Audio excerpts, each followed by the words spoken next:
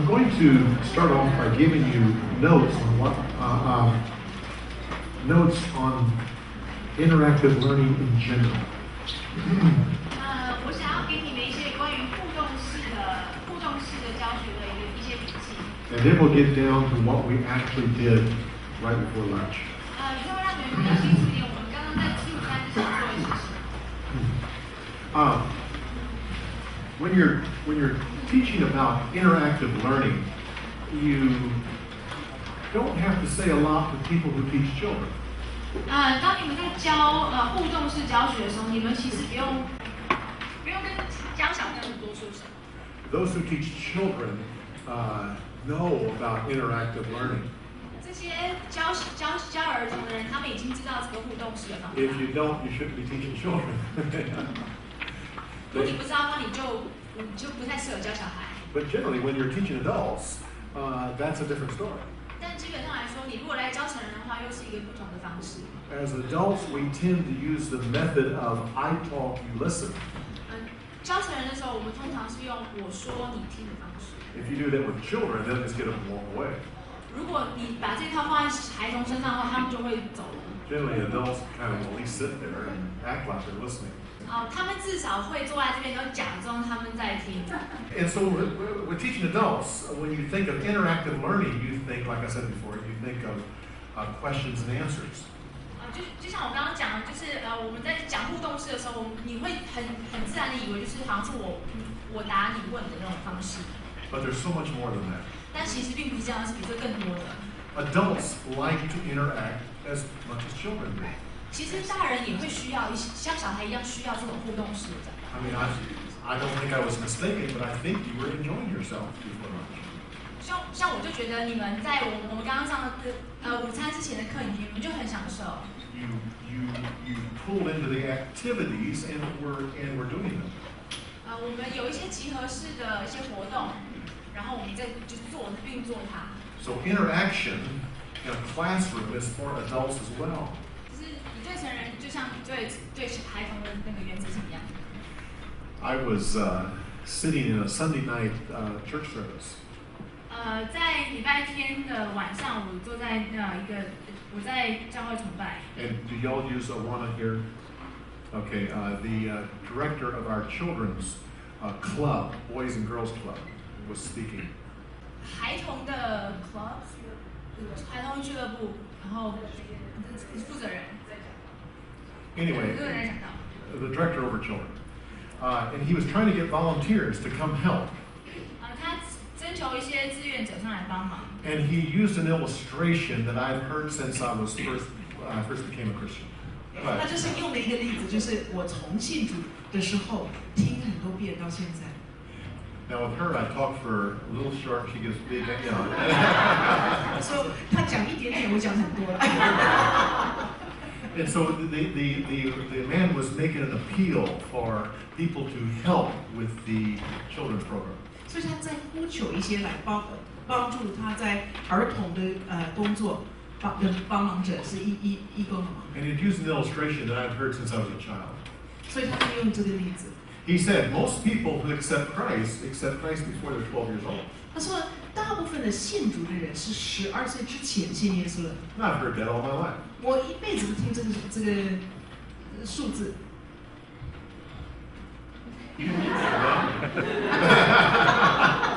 And so I accepted that, that we need more people to help with children's work because that's where most people accept Christ. 所以我就接纳了这个事实，我们一定要有更多人去做儿童工作，才可以有更多的信徒。But I had just got done crafting all the stories for the book of Acts. 但是我刚刚才做完《使徒行传》的很多故事。And I was learning to tell them. 我很想要讲这些故事。And I suddenly thought, wait a minute, I don't see that principle in the book of Acts. 但是他想在《使徒行传》里面，我并没有看到这个原则呢。I don't see children coming to Christ in the book of Acts. 在《使徒行传》并没有孩子们来信主。They're all adults. 都是大人呢。And mostly men. 而且大部分是男生呢。And they go home, and then the family accepts Christ. 他们一回家，他们就带他们全家来信耶稣。I said, well, how can I put those two together? 那怎么两个都是事实呢？ 12 years old, 12 years old. There must be something about 12 years old. 12岁，好像12岁是一个很奇妙的一个年龄。 So I started going into children's like Sunday school departments and asking questions. 所以就开始在一些主日学的部门来问一些问题。 I said, what happens at about 12 years old?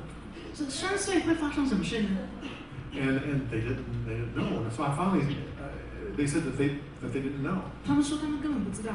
So I finally said, when do you stop telling Bible stories? 那你们什么时候停止讲圣经故事呢？ They said about 12 years old. 差不多12岁喽。 Well, what do you do after that? 之后呢？ Well, we teach doctrine. 那我就教导真理， It's more of a lecture format. 而且比较是演讲式的沟通。 And I think, wait a minute. We also talk about losing our youth, 那 our young people. 而且我们说我们的年轻人都跑光了， That happens after 12 years 那 old. 是12岁之后的事。 And could it be that we are giving up something that we shouldn't be giving up? 可不可能是我们已经放弃一个我们不应该放弃的一个沟通方法？ Maybe we should be teaching adults Bible stories. 也许我们要教大人，是用圣经故事教大人哦。 Maybe we should have an interaction for adults as well. 也许我们要有大人可以参与的一个互动式的 So 学习 that's when we 经历。 started to experiment with interactive learning. 那个时候我们开始做 For 实 adults. 验，是实验大人的互动学习圣经故事的方法。 So we're going to give you some principles of interactive learning. 所以这里有一 General 些 principles. 互动学习的原则， So you might want to write these down. 你可能想要写下来。 First principle. 第一个， First principle is cut your material in half and double the learning. 第一个原则是你要把你的资料减一半，就可以有双倍的学习。 When you've prepared your lesson, look at it, 你在预备好你的课程的时候，你就看它， and then just cut it in half. 然后就把它切一半， And then expand that out and take up your entire time. 然后就用那一半来充满你的全部的时间。 I can tell you that if you do that, you will double what people learn. 我可以跟你保证，你这样子做，他们会学双倍的，真正的学双倍的资料。 Cut it by 2/3, and you'll triple your learning. 你要是减2/3的话，你会让他们学3倍的资料。 So the question is, do you want to teach or do you want people to learn? 所以问题是，你想教导呢，还是你要他们学习呢？ If you teach less, they will learn more. 你教的更少，他们学的更多； If you teach more, they'll learn less. 你教的更多，他们就学的更少。 So you just need to decide. 所以你就是要选择嘛。 Principle number 2. Number 2. 第二个原则， Avoid asking right and wrong answers. Right and wrong questions. 避免问是非的问题。 Now, what I mean by that is where people have to search for the correct answer. 其实我的意思是说，你不要问那些他们一定要寻找唯一的正确的答案的问题。 You've seen that where someone will ask a question 你看过人家问一个问题， and then you give an answer and that's close. 然后你回答就是不是完全正确， Someone, no, that's really close. That's still not right. 然后别人就回答说，哎呀，还不是完全对的。 Anyone else want to try? 那还有人敢试吗？ I keep my hands down. 那我就不会举手了， It's just a guessing game. 只是猜嘛。 Be very careful with just putting up questions where there's a predetermined answer. 你最好不要问有一个正确的答案的问题， Just avoid that. 避免那样子。 Principle number 3. 第三个原则， Learn to ask questions and then give silence. 你问问题之后，你给他们一段安静的时间。 Our Sunday school teacher 我们的主学老师， Bob is his name, and I said to Bob, you ought to have more interaction with the audience. 我跟 Bob 说，你应该跟你的听众有更多的互动。He said, I tried that. It just doesn't work. 他说我试过，可是并没有Our 没有 Sunday 什么好 school, 效果。 our Sunday school class doesn't like to discuss things. 他说我们的主日学就不喜欢讨论事情。 He said, I ask a question and no one says anything. 我问一个问题，没有人说话哦。I said, Bob, you need to learn how to give silence. 我说 Bob，你必须要学习怎么样留一个安静的、没有声音的空间给他们 He 回答。 said, what do you mean? 他说什么意思呢？ I said, well, in America, it's not culturally accepted to answer questions quickly. 在美国，立刻回答问题，并不是我们文化的一个特色。We kind of look down on the person and say, me, I know the answer. 我们不会接纳那个立刻举手说我知道那样子的人。 That's for children, 那 not 个是孩子 not 才会， adults. 大人不会。 In adults, we wait for someone else to answer first. 我们大人会等别人先回答， And everybody is waiting for someone else to answer. 大家都在等别人回答。 I said, so when you ask a question and wait 2 or 3 seconds, no one's going to answer. 所以你要是等2-3秒钟，当然没有人回答。 So I'll tell you what I told him. 所以我跟他说什么，我就应该跟你们说。 Ask a question 你问一个问题， and then silently count to 5. 然后你再慢慢的数5，不要出声了， No one's going to answer. 没有人会回答。 Then after you count to 5, restate the question in different words. 然后你再用别的话来问那个问题， And then count to 5 again. 再数5， Someone will answer before you get to the second 5. 会有人回答。 And at that point, discussion rolls. 那个时候就开始会有 Continues on. 很热忱的讨论。 You've got to live with silence. 你必须要学习面对。 And I have noticed it's not just America. I have noticed it here too. 这里好像也是哦。 During the last session, I would ask a question. 上一堂课，我问问题的时候， And then I gave you silence. 我就会等个几秒钟， That's not easy to do. 并不容易哦。 Even my interpreter got uneasy with it. 连我的口译者，他就是也觉得有点不舒服， She would start talking again. 然后他就开始说话。 Because it's something that you have to learn to do. 因为这个要学习的， You have to learn to ask the question and then 必须学习，要问问题之后，就要保持沉默。 that gives everyone the cultural permission to speak. 这样子，人家才觉得哦，在文化里面我还可以现在出声音回答， Without being too eager. 而且大家不会认为你太急着要回答。 So if you're going to teach adults, you got to learn to be quiet. 所以你要是要教导大人的话，你就必须要学习沉默。 Any questions about anything we've talked about so far? 我们到现在有没有什么问题要提起？ Yes. I want to confirm with the second principle. 他想要讨论一下第2个原则。 What's the question? She wants to talk about the second principle. Yes, the avoiding right and wrong answers. Did you have a question about it? Yeah, and then maybe say, be careful, don't ask question, only have one answer, is that right? No, what I'm saying is avoid Uh-huh. asking right and wrong questions. Okay. Means you don't do it. You can still do that. 你还是可以问，但是不要常常。 Just be aware that you try to avoid right and wrong answers. 尽量 Right 避 and 免 wrong 这样子。 questions. Okay, thank you. But you still do it. I mean, there are certain times when you will say, now what was that man's name again? 有的时候你还是要问说那个人的名字是什么呢？ The man only has one name. 他只有一个名字。 But generally, everyone knows that it's Abimelech. 那经常人家知道是亚比米勒。 Okay. Okay. 就是那 Yes. 嗯。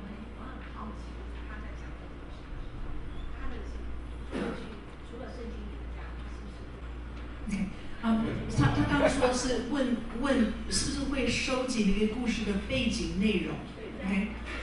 之前的准备工作是怎样。She's asking, when you're going to tell a story, and she says you're going to cut the material in half. Do you still go back and research the background of that story? When I'm talking about cutting your material in half, I'm not talking about cutting the story in half. 它其实并不是说要故事剪半。Generally, when you're telling a story, you tell the whole thing. 你讲故事就是齐全的故事。When I say cut your material in half, I'm talking about your teaching materials, things that you're like doctrinal things and instructional application stuff. 他讲的就是那些教导性的，不是说故事的部分，就是教导那个你要相信什么，或者你要学习什么原则，那样子的资料可以剪一半。It's not that we don't want to teach doctrine or teach application. We definitely do. 不是我们不教教条，不是我们不教应用，我们一定要教。But people are only able to absorb so much. 可是人家吸收能力是有限的。And doctrine and applications are so important that you want to reduce the amount that you're getting so that people will take something home with them. 所以你要减少你的教条，你的应用的部分，他们至少是可以带一些回家。But when you're telling stories, that's totally different. 可是你在讲故事是完全不一样的。Okay, the next principle. 再来一个原则。Be careful answering questions that are directed to you. 人家直接问你一个问题的时候，你要小心的回答。In every class that you're teaching, someone will ask you a question. Well, what do you think about this particular doctrine or this application? 经常会有人问说：“你至于这个应用，你至于这个原则，你自己的看法如何呢？” Now, it's not wrong to answer that. 你可以回答，不是错的。Just be aware that you don't want to do that all the time. 可是要小心，不要常常回答这样子的问题。If you do, you become the answer man. 不然你会变成那个答案老师啊。The source of all wisdom. 你就是所有的智慧的来源。You see, and often it's better to direct it back to the class. 平常你就是可以再问其他的学员，就更好，让别人回答。Next principle. 下一个原则。Include more people by putting them into small groups. 包括更多人的方法是把他们弄成小组。You notice, of course, I put you in little groups of 6, 7, 8 people. 你没有注意到，我是请你们就组合6、7个人的小组。By doing that, I got more people to participate. 这样子更多人可以参与这个学习的过程。Our Sunday school class has about 60 people in it. 我们的主学是有差不多60位参与人。And I've gotten Bob now, so he will ask questions and people will express their opinions. 现在 Bob 就学会怎么样问题，让人回答。There's only a few people that will speak up. 但是只有几个人会回答问题。I'm often one of them. 我是其中之一。My wife is never one of them. 我太太绝对不回答。She never speaks up. 她绝对不开口回答问题。Until we're driving home. 是等到我们开车回家讲什么？Well, what I would have said was. 我其实想说的是。So Janet, why didn't you share that? That's fantastic. 就说 Janet， 你为什么没有分享？这个真的是很好的真理。Oh, she said I would never speak. 她就说我不会说啊。But if you break it into a group of about 6. 可是要是有6个人小组的话 ，My wife will speak. 我太太也会参与。You see, and so that's just the principle. You can include more people if you break them into smaller groups. 你把更多人分到更小的小组的话，更多人会走。So you notice that before I had general discussion and I had small group discussion. 所以我们有大群体的讨论，我们也有小组的讨论。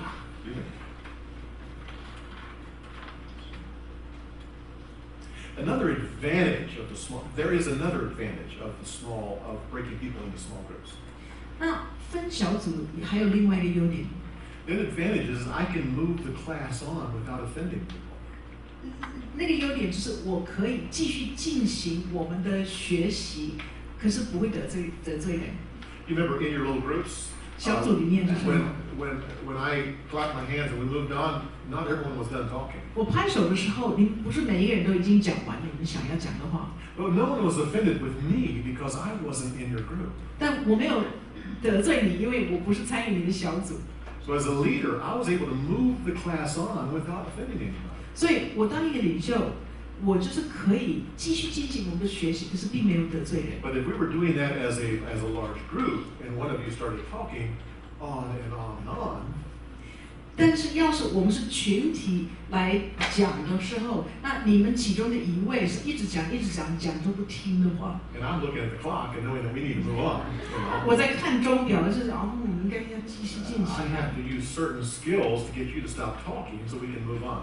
我必须要想办法很和气的让你不继续讲， Kind of like the poets this morning. 像今天那些写诗的。She's one of the poets. 我就是平常是参与力组。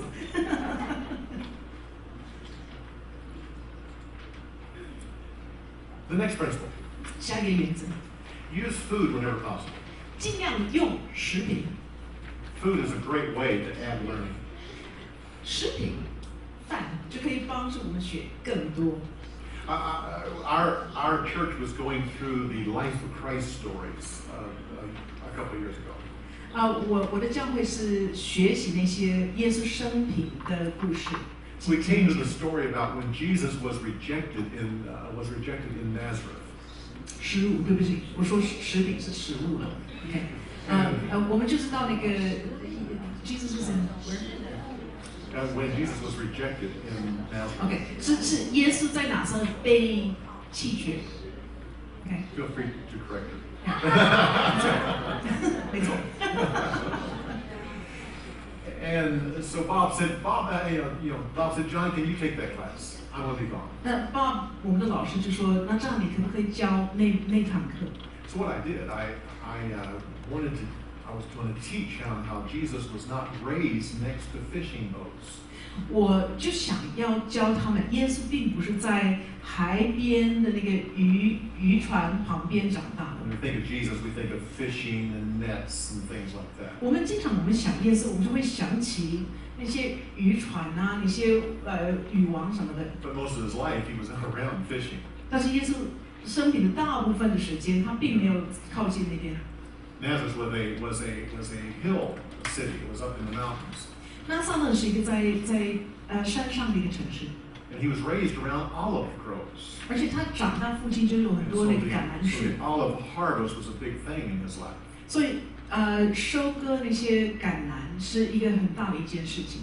So what I did, as I started the class, I passed around these big napkins. OK， 所以我一开始的时候我就发每一位学员很大的那个餐巾纸， And everyone took one.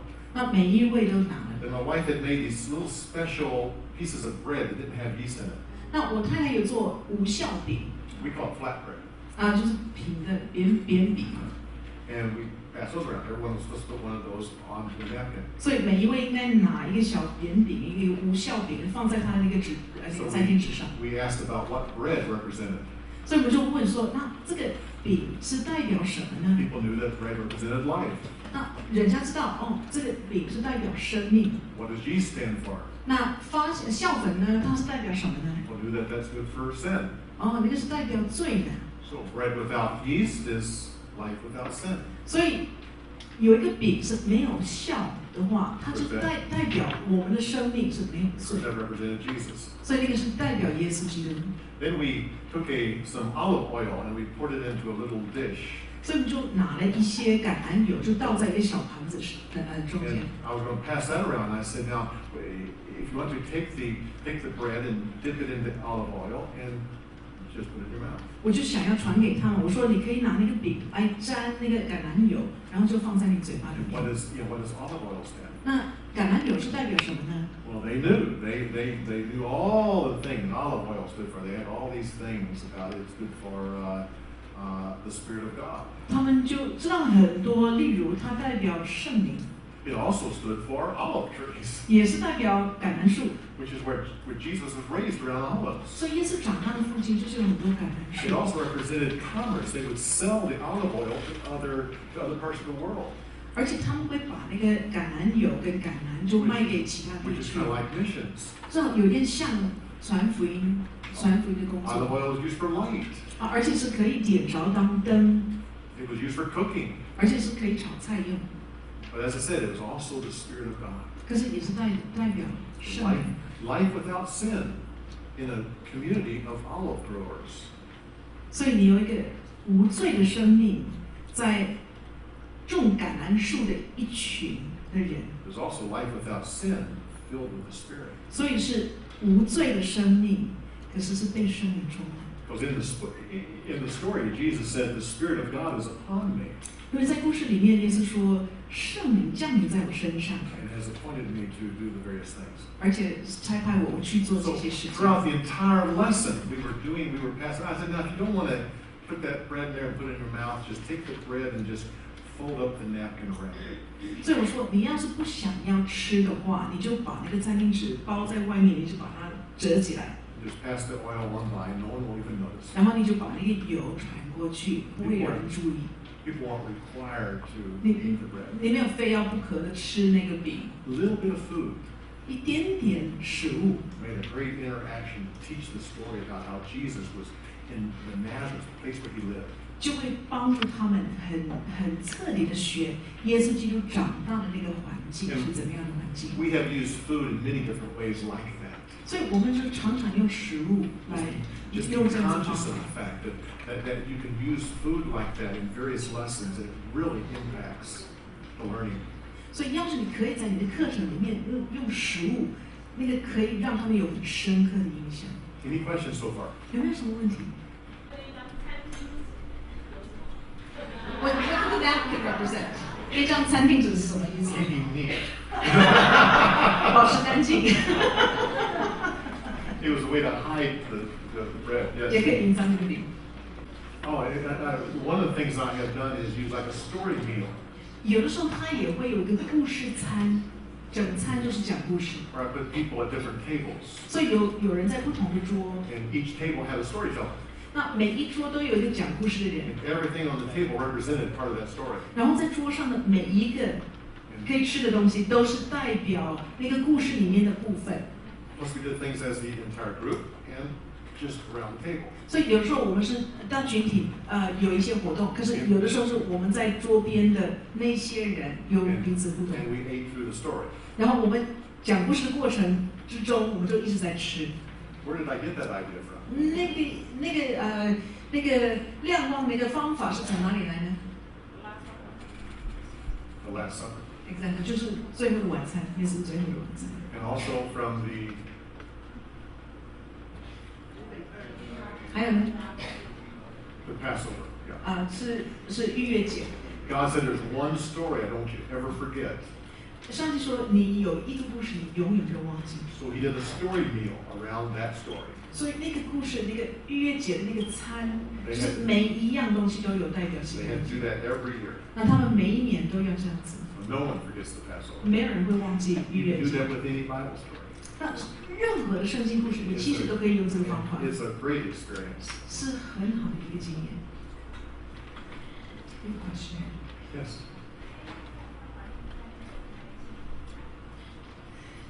Can you use this with a non-Christian family?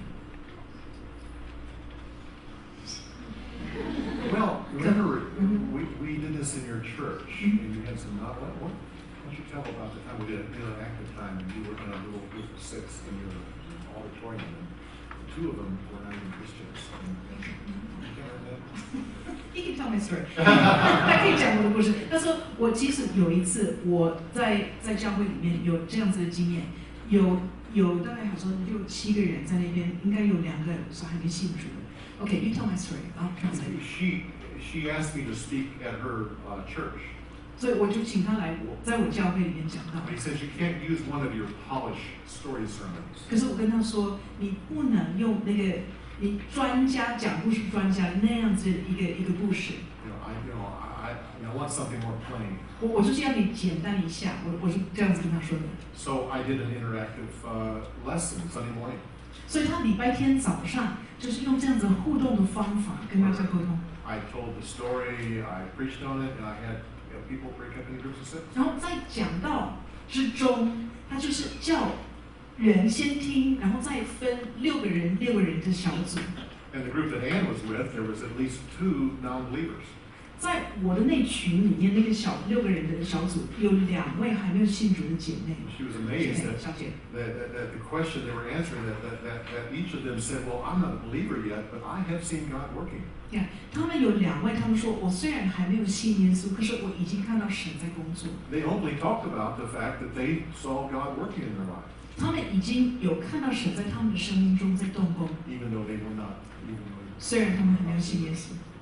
So I believe yes. The answer is yes. I think. 应该可以，应该可以。你用故事参可以的。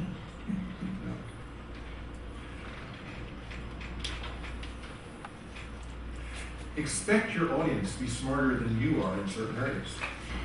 你要了解你的听众有的时候是比你聪明。That's a principle that you must accept. 你必须要接受这个原则。The people you're teaching are smarter than you are in certain areas. 你在教的人有的时候在某方面他们比你聪明。I was asked to come and speak at a missionary retreat. 我有一次被邀请去一个宣教士退休会。We had about 150 missionaries. 我们有大概150个宣教士。And they wanted me to talk to them. Most of these were veteran missionaries. 他们想要我讲课给他们听，可是他们已经很有经验。What do I know about being missionaries to that country? 我怎么可能了解怎么当那个国家的宣教士？ I was in America. 我住在美国了。And these are much more experienced than I am. 而且他们都比我有经验。 So the whole week I led them through interactive learning. 所以整个礼拜他就是带宣教士们做互动的学习。 I actually had them talking to one another. 彼此沟通。 And sharing spiritual truths and experiences. 彼此分享他们的经历跟圣经里面的一些原则。 Halfway through the week, people kept walking to me and saying, "What are you doing?" 过了那个礼拜的一半，人家就走到我前面，一直问我说：“那你现在在干什么？” We're doing all the work here. 我们都一直在努力的工作。 I said, "You aren't supposed to catch up." 你不应该那么聪明来。 But by the end of the week, they had found spiritual life and spiritual truths that they could take home with them. 可是那个礼拜过了，他们就已经发掘一些生命的力量、圣灵的力量，他们而且有一些原则，他们可以带回家。Spiritual truths that I couldn't give to them.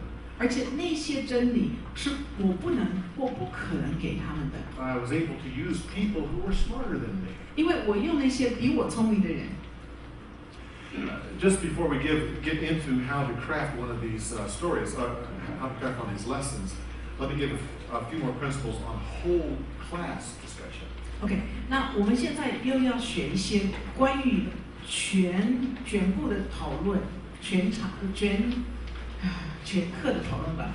So when you have a discussion with a large class like this, there are certain principles that you use. 所以我们要是这么多人一起来讨论一件事情，有一些原则。First of all, you limit the number of answers. 你要限制人给的答案的数目。Normally 2 or 3. 2个或是3个就 OK 了。Well, I just don't keep having people answer until they get tired of answering. 你不要让他们回答，他们也累了。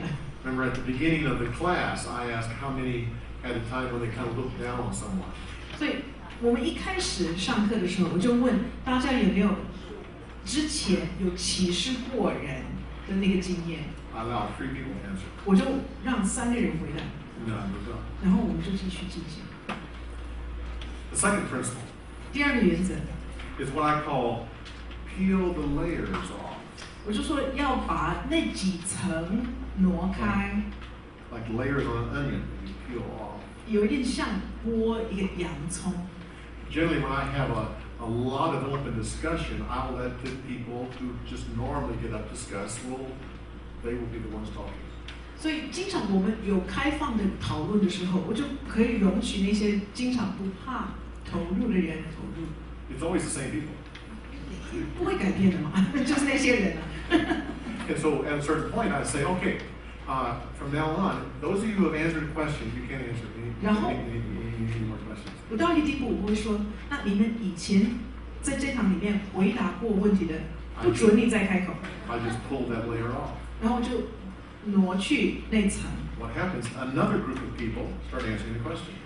所以会有另外一群人开始回答问题。 It happens every time. 每一次都这样子。They won't talk while the first layer is still on there. 第一层还在回答的时候，他们并不会开口 So 回答 when I pull 问 that 题。 first one off, they just go right up. 所以你一说第一层的不能讲话，他们就开始投入。 And then I have pulled another layer off. Now those who answer questions can't answer anymore. 然后我又会跟他们说，你曾回答过问题的话，不准你再开口。Now, Anne's actually seen me do this. 我看过他这么做。And another group starts speaking. 所以有另外一层的人会开始讲 I 话。 have done it where I have pulled maybe 4 layers off. 我曾有播4层的那些长长会回答的人， And finally, people like my wife start talking. 终于像我太太的那些人会开始讲话， Yeah, I'm serious. It happens. 真的会这样 Because 子。 no one else is answering questions. They have to do it. 没有人在开口，所以他们就必须要开口。 It's amazing. The more layers you pull off, the more rich the answers become. 然后你越播那几层走，下面的答案，那些回答，真的是更丰富、更有智慧。 So the third principle is when an answer becomes too long. 第3个原则是，人家回答是一直讲一直讲，那个太长的回答。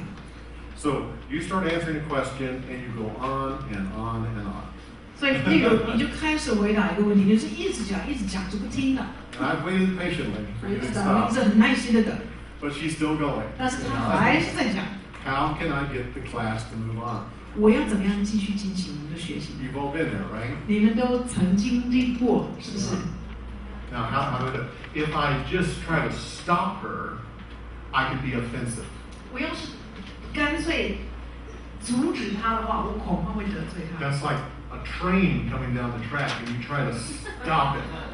有点像要叫一个火车停止， Like you build a big barrier and it crashes into it 然 and 后 it 那个 stops. 火车就会撞上那个栏，那 It 个 could be pretty bad, using the train analogy. What's better is to get on the train while it's still going 你最好是先上火车， and then redirect it. 然后你再挪去他那个方向。 So she's answering the question. 所以他在回答这个问题。 I realize I've got to board that train. 我知道我一定要上他的火车， So I listen to what you're saying very carefully. 所以我仔细的听他在讲什 And 么， then I start talking with you about it. 然后我开始跟你对话， And I'm actually affirming what you're saying. 我肯定你所说的。 And we're kind of talking about it right there. 那我们在关于那个来对话， And I said, that's great. Now, does someone else have a comment? 那我说那很棒啊，那还有别人要说话吗？ She's unoffended 他没有被得罪 because，I have affirmed the fact by joining her that what she's saying is important. 因为我已经肯定他所讲的重要 So 性， she doesn't mind when I then turn and call on someone else. 所以我转移注意力到别的地方，他并不会被得罪。 So those are three principles. 所以这3个原则 General class. 可以帮助我们在大群体讨论的过程。 Now we're going to talk about how to craft one of these stories. 好，那我们现在要学习怎样塑造一个可以讲的故事。 In your notes, take the page that looks like this right here. 拿出你这个表格， Interactive learning worksheet. 互动沟通的， Now you will notice that that's two-sided. 那个有2面。 There are 2 sides of it. 互动是学习工作表，对，所以有2面。 We're going to work on one side right now. Save the other one blank. Do not write on that one. 我们先用一面，你另外一面不要写东西喽。 Does everyone have it? 你们都有吗？ Everyone have it? Okay. Now what I want to do, I want to fill in the blanks for you and give you the principles of what I'm doing there. 所以我要帮助你们了解这些原则要如何在这个工作表上用。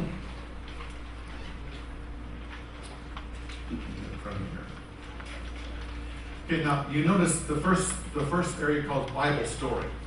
第一个是说圣经故事， You fill in there the name of the Bible story. 你就填你要讲什么圣 The 经 name 故 of 事。 this story was the people at Philippi. 这个故事的名字是在腓立比的人， So that would be whatever Bible story you want to use. This one's called the people of Philippi. 所以你用的圣经故事是别种的，我没有关系。可是我用的就是那个在腓立比的人， So go ahead and put that in there. 所以先填好你想要填的。 You see, the second one is called the light and fluffy opener. 第二个我要作弊一下，这个我们怎么翻？OK， 这一个具有轻轻松松的开场白。 Now, the light and fluffy is a just getting people started to talk. 那个就是要帮助人开始开口对话。 I start the class very light because the class is going to get more and more intense as I go through. 我开始说轻松，是因为我们会越来越严肃，越来越有内容。 You remember the last discussion we had? 记得 Does 我 anyone 们 remember 上次的 that? 讨论是什么吗？哦，OK， 有没有为你的信仰受过苦？有没有为你的信仰受过苦 ？Have we ever suffered for our faith? Yes, suffering for your faith. That's not light and fluffy. 那个并不是轻轻松松的， That's a very deep discussion. 那个比较是很深的讨论。 If I had started the class with that discussion, you would have backed off. 要是我一开始问你这样子的问题的话，你绝对不会投入， That's too deep. 因为太深了。 I prepared you for that as we move towards it. 我有预备你的心到那个地方去。 So, what was the light and fluffy that I used? 所以我用什么轻松的讨论方法呢？ This is a right and wrong answer. 这个是有一个对或是错的问题的答案。 Yes, what is it? I met the young man. OK， 他开始讲一 What 个 was my 他 question 遇到一位年轻 to 人 the 的这个 group 故事。 about that? 他问大家什么？有没有 That you judge someone 错人？ and you were impressed later. That's a light and fluffy. That's like I met this guy and I judged him and I wanted to slap him and all this kind of stuff. 这个是轻轻松松的，我就遇到这个人， And I 然后 had 我想 three 要 of you 打他 tell, 的眼帘， and I had three of you tell of the time when you experienced the same type of thing. 然后我就让你们三位讲你们曾 And I had you look 有 for 类 that. 似的经验， Then I had you look for that in the story. 然后我就要你们在这个故事里面找类似的那 That's 个 all light. That's all up. That's easy. 容易啦、 Not 轻 very 松啦， intense. 并不是很严肃。 So, if you want to fill that in right there, however you want to do that, fill in 反正填你的表格的空白。 So the question for the audience is, 所以问会众的问题是： tell the time when you looked down on someone but later highly respected them. 说一次你误觉一位，然后之后发现你会很尊敬那个人， And then you tell the story. 然后你就讲这个故事。 I don't like saying what I'm about to say. 我不想讲我现在要讲的话， I wish this were not true, 我宁愿不是这样子， but it is. I'll 但是 say 是事实。 it. You can read the story. 你可以念这个故事， You don't have to tell it. 你不一定要讲这个故事。 I don't like that. 我不想要跟你说。 I'm a storyteller. I think you ought to tell all the stories. 我是讲故事的人，我觉得你应该要讲，要说故事。 Reading shouldn't count. 读这个故事应该不算。 But make sure you read the story that's in a telling format. 可是你要念故事的话，你一定要念一个适合开口念出来的故事。 Stories have two different kinds.有 There are 两 two 种 different 故 kinds 事 of stories. There are written stories 有写作的故事， and there are telling 有 stories. 讲方式的故事。 And that's kind of hard to understand, but a written story is meant to be read. 所以写作那种故事，是你要去看它，要去读它。 It's hard to understand all if it's read out loud. 可是你开口读的时候，有的时候是难懂。 And notice that story has been crafted to be spoken. 可是你有一个被塑造成可以讲的故事。 All the stories that I'm using today are in this second type. 我这几天所用的，我今天用的就是第二种这种故事。 And so in the Bible, those stories that are in the Bible are written stories. 所以圣经里面的故事大部分就是写方式的那样子故事。 Now we all love scripture reading, but they're really not meant to be just read out loud. 我们很喜欢读圣经，可是他们很不适合开口读。 I am crafting all the stories of the Bible into a telling format.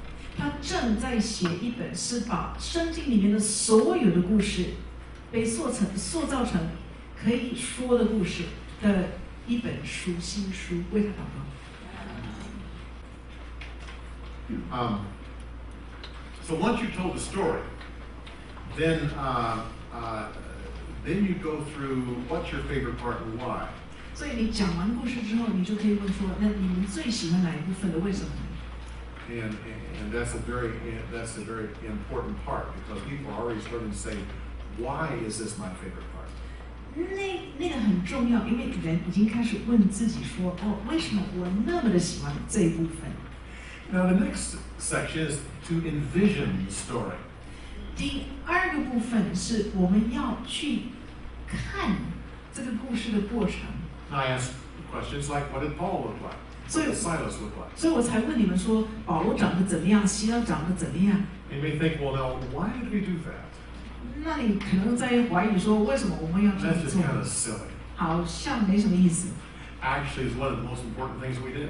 可是我们所做的那个可能是最重要的部分。 Because when I told the story, you saw it in your mind. 因为我在说这个故事的时候，你可能脑海里面就有一些画面出 If 现。 I can get you to focus on what you saw, you'll remember the story. 我可以叫你集中在你所看到的话，你会忘不了那个故事。 One of the things that's true of professional storytellers is they can clearly see the story. 职业性的说故事的人，他们很明显会看到他们所讲的故事。 And that's why I do a lot of studies in customs and times of the Bible. 所以我常常在研究圣经里面的历史背景、跟风俗习惯、跟地理等等。 I find that people that are not storytellers have a hard time picturing the story. 可是不习惯讲故事的人，他们很难去想象到他们自己在故事里面。 So by me just asking the question, what did Paul look like, you suddenly looked at him. 所以，因为我问你保罗长得怎么样，你突然就集中在你脑海里面的那个画面。 You may not have been brave enough to speak up about what you saw, 也 but 许你 you 不 did 敢， look at it. 也许你不敢开口说你看到的是怎样的画面，但是你真的在脑海里面有看 No 到。 one told me, or very few people told me what Silas looked like. 没有多少人跟我说那个希腊他长得怎么样， Everyone saw it, 可是每一个人都有看到， just by me asking. 就是因为我问你们啊， And suddenly that part of the story is in there. 然后那个故事就突然变成比较清楚， And you won't forget the fact that Silas is in the story. 所以你会不会忘记希腊也是跟着保罗一起去的？ When you saw Lydia, suddenly Lydia became in the story. 所以莉莉亚，你看到她的时候，她就变成那个故事的部分。 So those are very important questions. 所以那些问题是很重要的问题。 So if you have that list right there, you can just put in and see, I said, what did Paul look like, what did Silas, what did Lydia. 我就问保罗长得怎么样，希拉长得怎么样，莉莉亚长得怎么样？ The demon-possessed girl, 那个被鬼附着的妇女，她长得怎么样？ what did the jail look like? 那个监狱长得怎么样？ We talked about the earthquake. 我说那个地震是怎样？ Then I had you divide up into groups and someone described the earthquake. 那你们分组的时候，你们去形容那个地 Now you 震。 notice I didn't talk about what the earthquake felt like. 不是我来跟你们说那个地震是怎样的感 I had 觉， someone inside your group do that. 我就是容许你们小组里面彼 And 此 you 解 helped 释 me, that helped to firm up the fact that there's an earthquake there. 然后这样子也脑海里面那个地震变成很清 All 楚。 of this, it's like we were talking about this morning about storyboards. 所以我们今天早上是讲一个故事指引， I was putting a storyboard in your mind. 我就是帮助你把一个故事指引放在你的脑海里面。Then I had you as a group tell the story. 然后我就让你们一个小组来彼此讲那个故事。Now that's not as intimidating as you telling a partner a story. 那个并没有你跟另外一个人，你从头到尾要讲那个故事，没有那么的可怕的事。As workers, I could have two of you tell the story to one another. But that's a little harder. 你们彼此讲故事，两个人这样子就会变成比较困难一点。But when you told the story as a group, were you amazed that you got through the story? 你们小组讲的时候，你不会很惊讶，你们真的可以把那个故事讲完哦。So I didn't have to tell the story a second time. You told it yourself. 所以不用我讲第二次，你们自己有讲过。Now we're going to get into applying the story to personal life. 现在我们要进到那个应用这个圣经故事在生活中的这些问题。Remember that the two questions I asked you 我问你们的两个问题是 was which one of these three people do you identify with? 这三个人，你觉得你比较像哪一位？ And then you shared that with the group. 然后你就在小组里面分享 And。I had someone stand up and tell someone else's story. 我就请人站起来讲别人的故事。See, that's a whole lot more intense than what we started out with. 我们开始的时候比较轻轻松松的，可是那个就变成比较 All 严 the 肃一 way 点。 through, we're getting more and more intense. When I came to that question, you were ready for it. 所以我们一步一步就进到那个你愿意讲的那个比较深的那个内容。 And before we're done, we went to the most intense. 然后我们结束之前，我们就到最深的、最严肃的。 Some of you share in a time when you were persecuted for your faith. 你们就提起说，你为了你的信仰，你为了你所相信的耶稣基督，就受逼迫了。 Any questions about this particular format? 你还有没有什么问题关于这个方法呢？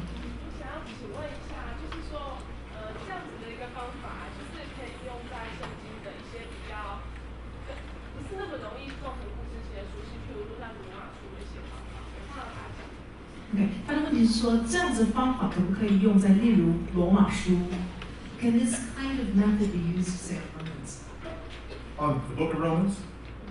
or other like epistles and stuff? Oh, yes. Actually, there's two answers to that. OK， 有两个答案。 Like, for instance, I have taken the book of Romans and I've made it into 2 8-minute stories. 所以我已经把罗马书变成2个8分钟的故事，这个可以的。 Which is basically an overview and learning the overview of the whole book. 概览整本罗马书。 So you can actually take that and do it. But also when you go through it, you can do the same thing with the chapter. 所以你也可以一章一章的把它变成故事来讲。I did 2 things this afternoon. 这周这下午做了2件事。 One, I burned into your heart. I burned in 2 stories. 我放2个故事在你们心里面。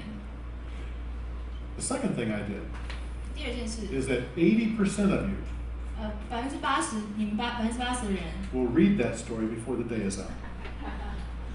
将会去，今天结束之后，你们会去读这些故事。 Before you go to bed tonight, you will read that story. 你们回家之后，你们会去读。 I'm not required of you. You just go to read it. 我没有要求你们，可是我相信你们会去念。 Yeah.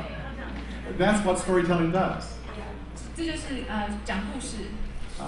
In America, people librarians hire storytellers. 在美国，图书馆会雇佣一些讲故事的人。 We go in the library and say to the children, the next story comes from this book right here. 我们去那边跟小孩子讲说，这本书里面就告诉我们下一个故事。 Then we put the book down and we tell the story. 然后我们把书放下，然后我们讲故事。 The librarians know that this book will be on back order for 3 months. 这个图书馆的人知道这本书将会未来3个月将会非常热门。 Every child will want to read the story. 因为每一个小孩都会想要来读。 And in about an hour's time, we'll pick up another book and we'll say that this story comes from this book and this story comes from this book. 然后我们说，好，这个故事是从这本书来的，这个故事是 All 从这 those 本书 books 来 will 的。 be on back order. 然后这些书都会非常热门。 That's what Bible stories do. 这就是好像圣经故事要做的事情。 We're not taking away from God's word. We're pushing you in that direction. 我们要让你们把你们推向就是推向圣经，推向神的话。I just didn't want you to read it while we were having class. 我不希望你们在我们上课的时候读， Because I wanted you to, as a group, tell the story from what you can remember. 所以因为我希望你们可以就以小组的方式来说你们记得了什么。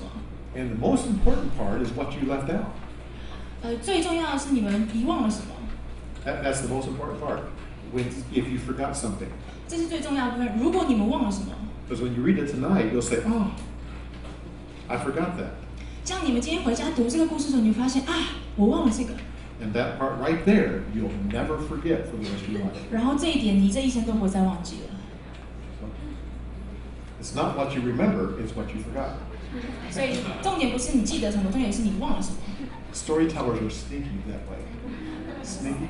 Don't you know sneaky? Crafty? 这是讲故事